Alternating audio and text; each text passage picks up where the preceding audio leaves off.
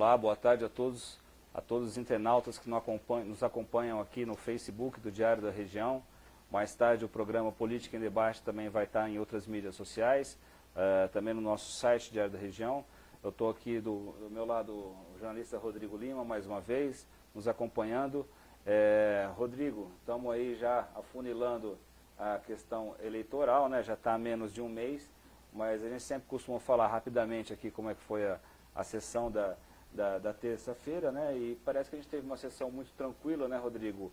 Onde foi aprovado um projeto da Márcia Caldas, um dos principais ali, que também tinha declaração de utilidade pública, uma aquela questão mais simples, um projeto que facilita aí agendamentos de consultas médicas, né, por telefone. Já existe uma lei, ela faculta agora para pessoas mais com deficiência, crianças, quem tem filhos pequenos, né? Esse foi o principal questão discutida lá na Câmara ontem, foi bem fria a sessão. Primeiro, boa tarde a você, Vinícius, e boa tarde aos amigos internautas que acompanham o Facebook do Diário da Região. Vinícius, sessão da Câmara nesse período eleitoral é para inglês ver, né? Os vereadores estão mais a menos, mesmo porque tem vereadores ali que são candidatos, como é o caso do Renato Pupo, que é candidato a deputado federal, assim como o Anderson Branco. Por isso, até o presidente da Câmara pediu, o Jean Charles, pediu para ter cautela, ninguém pode se promover. Há toda uma preocupação em garantir, por exemplo, que vai ser possível a Câmara retransmitir essa sessão no dia seguinte. Porque o Jean Charles me disse que eles tiveram que retirar uma das sessões aí do ar, esses tempos atrás. Justamente porque houve um entendimento ali que houve um dos vereadores teriam se beneficiado com a divulgação da sessão, que é ao vivo, né? Em relação ao projeto da Márcia Caldas, e teve vereador também que se licenciou para fazer campanha, só para Sim, Pedro Roberto. Né? Pedro Roberto. Não, sem ser o Rilo, não o Marco Rilo saiu para pedir voto para o João Paulo Rilo, né? E assumiu a CELI, agora a Câmara tem 4 vereadores. Então. Justamente, uma bancada feminina nunca antes vista, né? Até então. Exato. Então, em relação ao projeto aprovado ontem na sessão, ele tem uma série de questões ali. Por exemplo, a pessoa para marcar, para agendar a consulta pelo telefone, vai ser preciso ela ter um registro na rede pública de saúde. Há toda uma sistemática que vai ter que ser observada pela pessoa que tem interesse em utilizar desse benefício. Isso se o prefeito Edinho Araújo vier a sancionar o projeto de lei que foi aprovado ontem na Câmara, durante a sessão. Porque o prefeito também, a gente sabe que a Procuradoria-Geral do município ela está sendo muito rígida em relação à legalidade dos projetos aprovados lá na casa. Esse daí, não sei, porque ele já muda uma outra lei que já, na verdade, a lei não impõe, ela autoriza. O vereador também gosta de fazer muita lei autorizando coisas, depois não aparece. Então, a gente fez uma série, a série de críticas. Lembra das leis autorizativas? Ela não torna obrigatória de ser cumprida, então é aquilo, o vereador joga para a torcida, o governo joga para a torcida também, a lei não prevê nenhum tipo de punição. Só autoriza. E fica nisso daí. O vereador acha que cumpriu o papel dele bem, o executivo também não faz questão nenhuma de cumprir algumas leis ali que não levam a nada, são inócuas, e assim toca o barco, né? Mas mesmo assim a Procuradoria, que nem você disse, ainda entra com alguma só com relação a autorizar, né? Mas ontem, né, Rodrigo, acho que questão aí eleitoral aconteceu finalmente o que todo mundo esperava com relação a uma candidatura posta, que era a candidatura do Lula. O Lula não pode ser candidato, está preso, não é isso? Teve registro indeferido, e o Haddad foi confirmado aí, como a gente vê aí na tela, foi confirmado como o candidato ao presidente pelo PT, e parece que você até estava acompanhando essa transmissão ao vivo, parece que ele já começou pedindo voto lá, inclusive lá em Curitiba mesmo, onde o Lula está preso, não foi? Justamente, a questão do anúncio da campanha, foi simbólico, a confirmação foi em frente da sede da Polícia Federal, onde está preso o ex-presidente Lula. E Vinícius, agora o grande desafio, porque o slogan da campanha do PT agora é Haddad é Lula. A grande questão agora é saber se os eleitores do Lula vão migrar e votar no Haddad, né?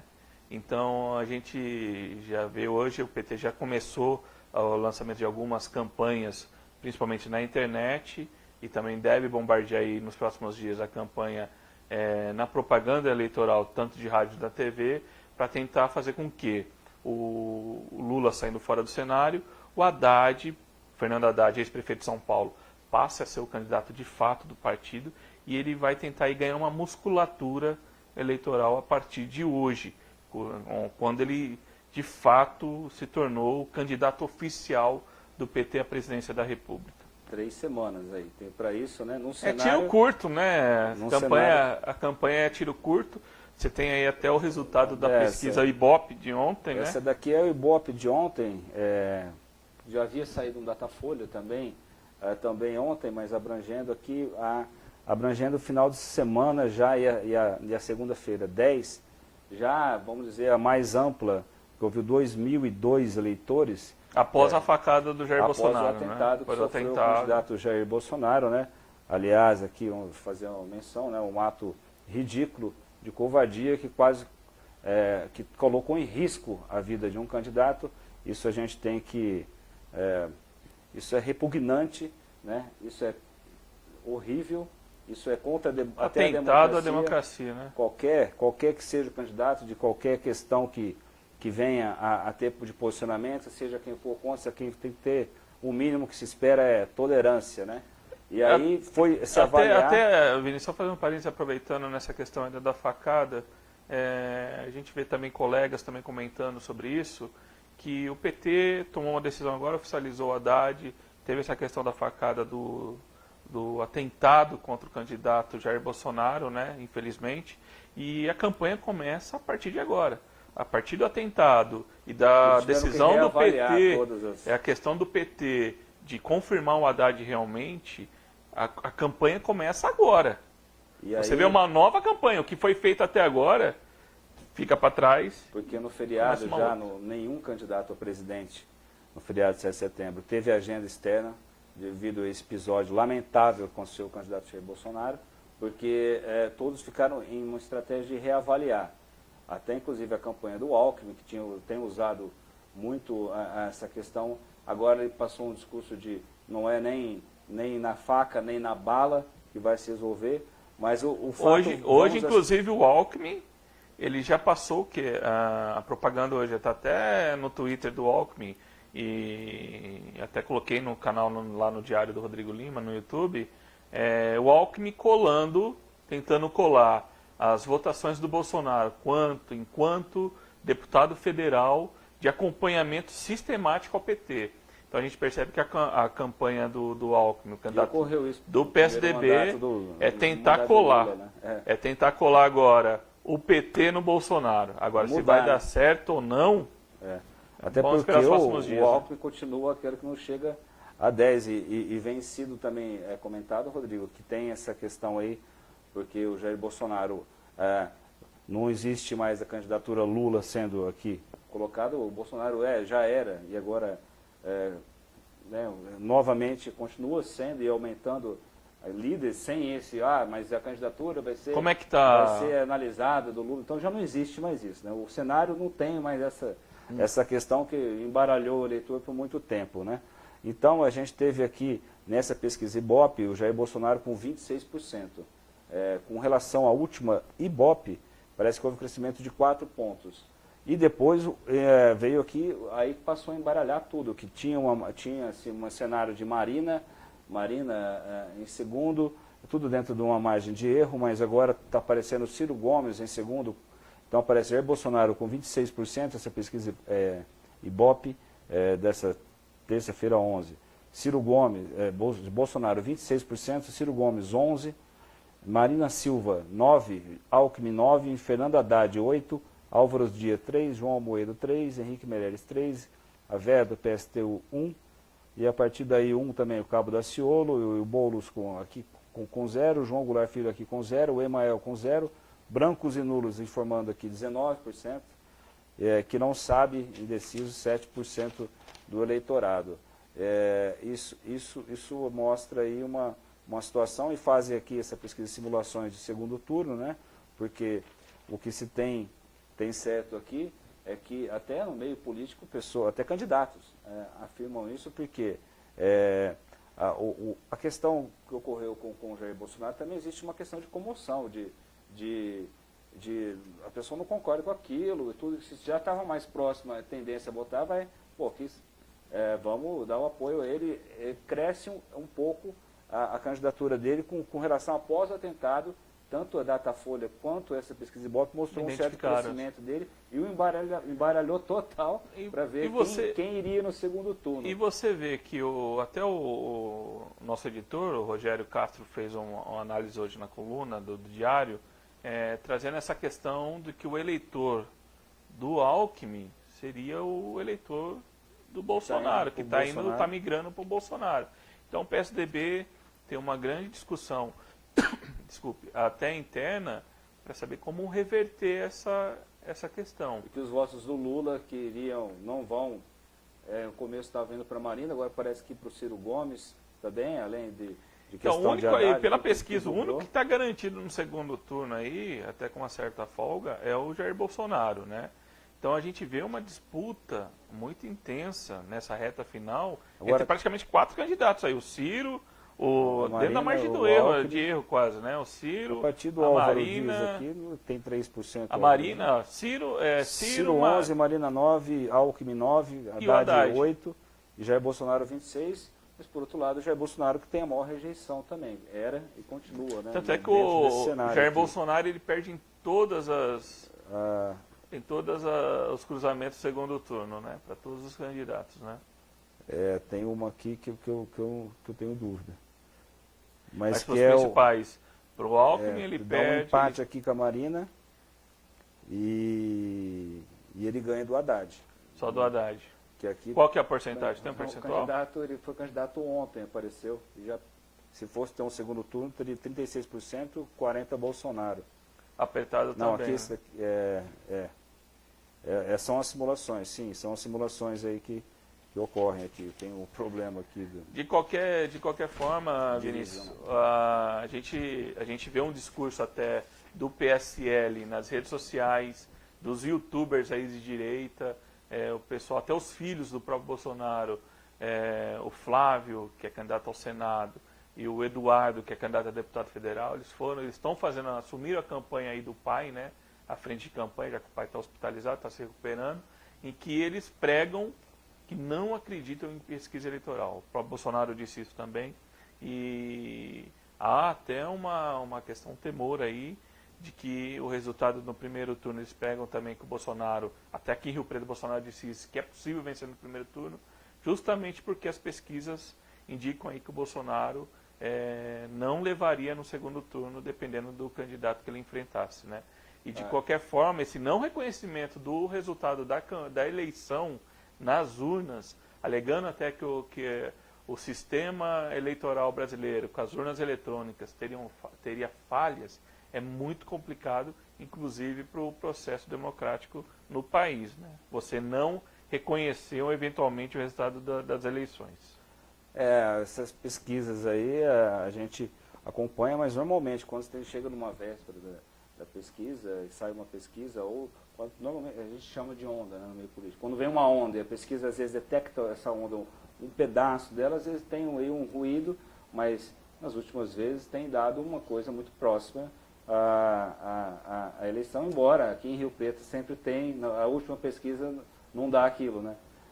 Porque sempre existe uma onda andando. Na disputa municipal a gente viu algumas reviravoltas que algumas pesquisas não identificaram, e aí fica toda aquela confusão, que olha, os institutos de pesquisa, os próprios candidatos. Os candidatos têm pesquisas internas, eles sabem da realidade do que está acontecendo, né?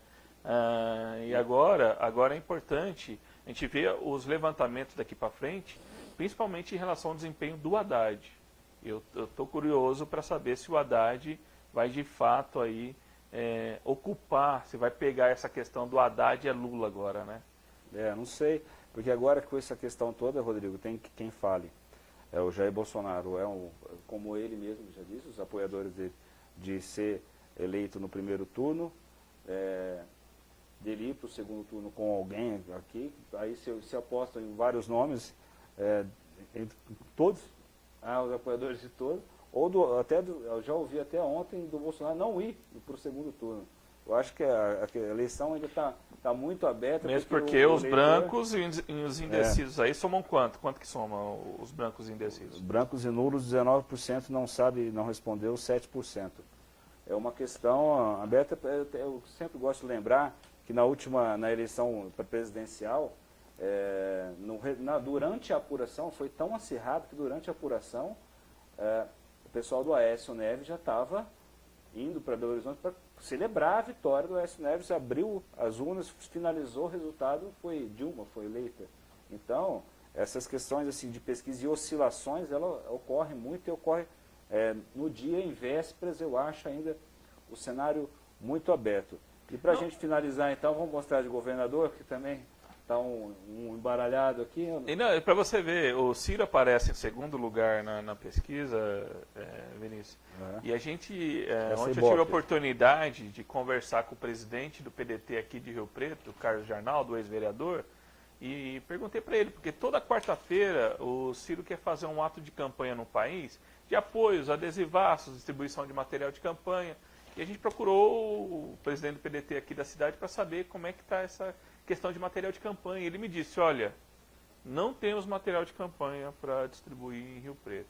Então você vê que também a campanha presidencial há mais um interesse do próprio eleitor, que está acompanhando mais de perto a eleição, do que os partidos procurando os eleitores, né? Porque você vê, o Ciro está em segundo lugar, numa cidade igual a Rio Preto, o partido admitindo que não tem sequer material de campanha para trabalhar nas ruas.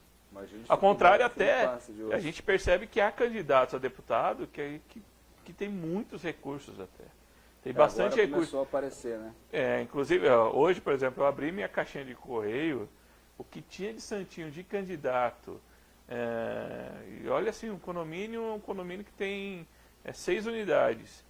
O pessoal deixando mais de 30, 40 santinhos, então jogando fora material. Então a gente percebe que há campanhas que têm recursos, mas que não têm o mesmo desempenho eleitoral que outros que não têm recursos. Isso varia muito do candidato, né? Fora que tem a campanha nas redes sociais também, que está muito forte. Sem dúvida.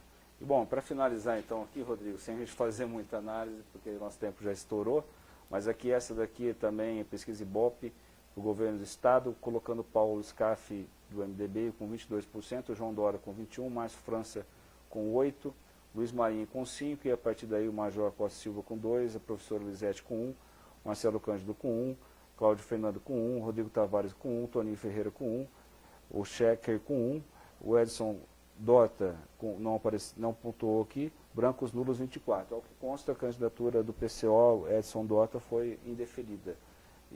Mas também tudo dentro está embalado aqui. Uma polarização clara entre Dória e o Scaff. O Scaff aparecendo pela primeira vez. Agora, mas ainda mais de erro, 1 ponto. O Scaff aparecendo pela primeira vez à frente do candidato Tucano. Vai ser uma eleição de 2 turnos para o Estado, sem ter certeza. Com certeza, e a gente percebe que o governador Márcio França ainda não jogou a toalha. Também é uma restrição eleitoral muito forte aí, todo mundo está se fiscalizando, principalmente no uso da máquina. A gente acompanha de perto isso, o PSDB principalmente de olho, os deputados da região aqui, por exemplo, o líder do PSDB na Câmara, na Assembleia Legislativa, que é o Marco Vignoli, de olho aí nos movimentos do governo para evitar que o Márcio França cresça. Porque para ele crescer, vai ter que tirar voto de um dos 2 candidatos que estão à frente, né? Sem dúvida. E aí os ataques, essa reta final da campanha nas majoritárias, tanto no nível, na esfera para a presidência da República, quanto o governo do Estado, eu temo aí que vai partir para pancadaria em breve, viu, Vinícius? Vamos ver que na questão de rede social tem os debates. Tem dezenas de ações já para tirar postagens de um, postagens de outro, ou que algum determinado... A guerra jurídica coloca, é uma guerra nos bastidores, né, que o pessoal está travando desde o início da campanha. Mas você externar um ataque, medir se esse ataque ele vai conseguir reverter votos, ou então quem é atacado é vitimizado também e acaba resultando numa catástrofe para a candidatura que atacou, né? Sem dúvida. É isso aí, Rodrigo. Obrigado aí. Obrigado a todos. Passou rápido hoje, hein, Vinícius? O assunto aqui, bastante pesquisa. tinha um pouco mais de coisa para a gente falar, mas vamos acompanhando o nosso site aí, a gente vai colocando as informações lá e também aqui ao vivo sempre que tiver oportunidade. E temos algumas agendas ao vivo por aí a semana que vem, vamos estar confirmando. Um abraço, obrigado a todos. Obrigado a você, Vinícius, e aos amigos internautas do Facebook aí do Diário da Região.